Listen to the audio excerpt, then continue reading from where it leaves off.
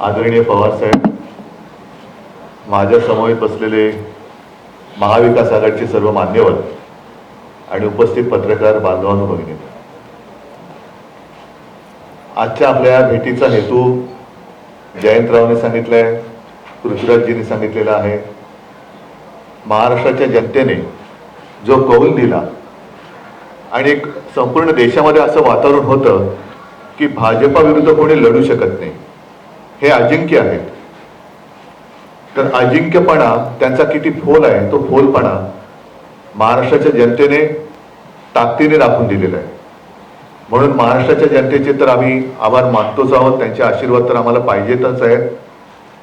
इतर सर्वांनी, म्हणजे ज्यांचा उल्लेख जयंतरावांनी केला, मग ती निर्भय बनो एक सामाजिक संघटना आहे, त्याच्यानंतर यूट्यूबच्या माध्यमातून निखिल वागळे आहेत, हेमंत देसाई आहेत, प्रशांत कदम आहेत, अशोकराव वानखेडे आहेत, रवीश कुमार, हे सगळेच एका धाडसाने जनतेचे प्रश्न हिमतीने ते मांडत आले आणि त्यांच्या मांडण्यामुळेच एक निपक्षपातीपणाने त्यांनी ती बाजू मांडली. त्याच्यामुळे जनतेला सुद्धा सत्य काय आहे हे कळत गेलं. आणि मी तर असं म्हणेन की ही लढाई फार विचित्र होती. आर्थिकदृष्ट्या असेल, यंत्रणेच्या दृष्टीने म्हणा, ही विषम लढाई तर होतीच, पण संविधान आणि लोकशाही वाचवण्यासाठी ही लढाई होती. आणि मला अभिमान आहे की मी माझ्या भाषणाची सुरुवात देशभक्त बांधवांनो, भगिनींनो आणि मातांनो अशी करायचो. त्या सर्व देशभक्त आणि लोकशाही प्रेमी नागरिकांनी महाविकास आघाडीला आणि देशात इंडियाला जो कौल दिलेला आहे, ही एक जाग आता आपल्या देशाला आलेली आहे. आणि साहजिकच आहे, हा विजय हा अंतिम नाहीये, ही लढाई सुरू झालेली आहे. येत्या 2-3 महिन्यामध्ये विधानसभा महाराष्ट्राच्या येतील, त्याच्यानंतर सुद्धा इतर राज्यांच्या काही निवडणुका येतील. मुळामध्ये हे जे काय आता मोदी सरकार होतं ते आता एनडीए सरकार झाले. हे सरकार किती दिवस चालेल हा एक मोठा प्रश्न आहे. कारण आमच्याबद्दल नेहमी म्हटलं जात होतं की युती, नैसर्गिक युती आणि अनैसर्गिक युती. तर आत्ता ते जे काही तिकडे कडबोळ झालेलं आहे दिल्लीमध्ये, हे नैसर्गिक आहे का अनैसर्गिक आहे हा सुद्धा एक मोठा प्रश्न आहे.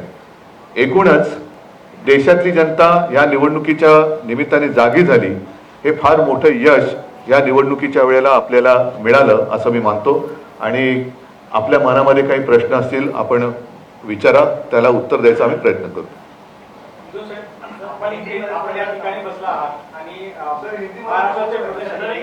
हिंदी में बाद में जयंतराव बात करेंगे.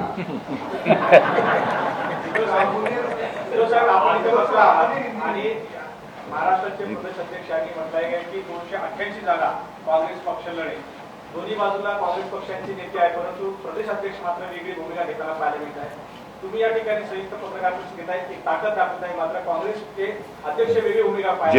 जेव्हा 3 पक्ष एकत्र पत्रकार परिषद घेतात, याचा अर्थ असा, पृथ्वीराजजींनी सांगितलेलं आहे की आमची एक प्राथमिक बैठक, अगदी प्राथमिक बैठक आपल्या समोर येण्याआधी झालेली आहे. आणि येणारी विधानसभा सुद्धा जे लोक आमच्या सोबत आहेत, महाविकास आघाडी म्हणून आम्ही 3 पक्ष तर आहोतच, पण इतर घटक पक्ष सुद्धा आणि सामाजिक संघटना सुद्धा यांच्या सोबतीला त्यांना सोबत घेऊनच आम्ही लढणार आहोत. पक्ष आणि चिन्हाविषयी निर्णय घेताना निवडून आलेल्या सदस्यांची संख्या लक्षात घेते, त्याच्या हिशोबाने निर्णय दिला होता. आता आपल्या पक्षाच्या त्या निर्णयाला आम्ही सुप्रीम कोर्टात आव्हान दिलेलं आहे आणि त्या निकालाची अपेक्षा आम्हाला आता महिन्याभरात आहे.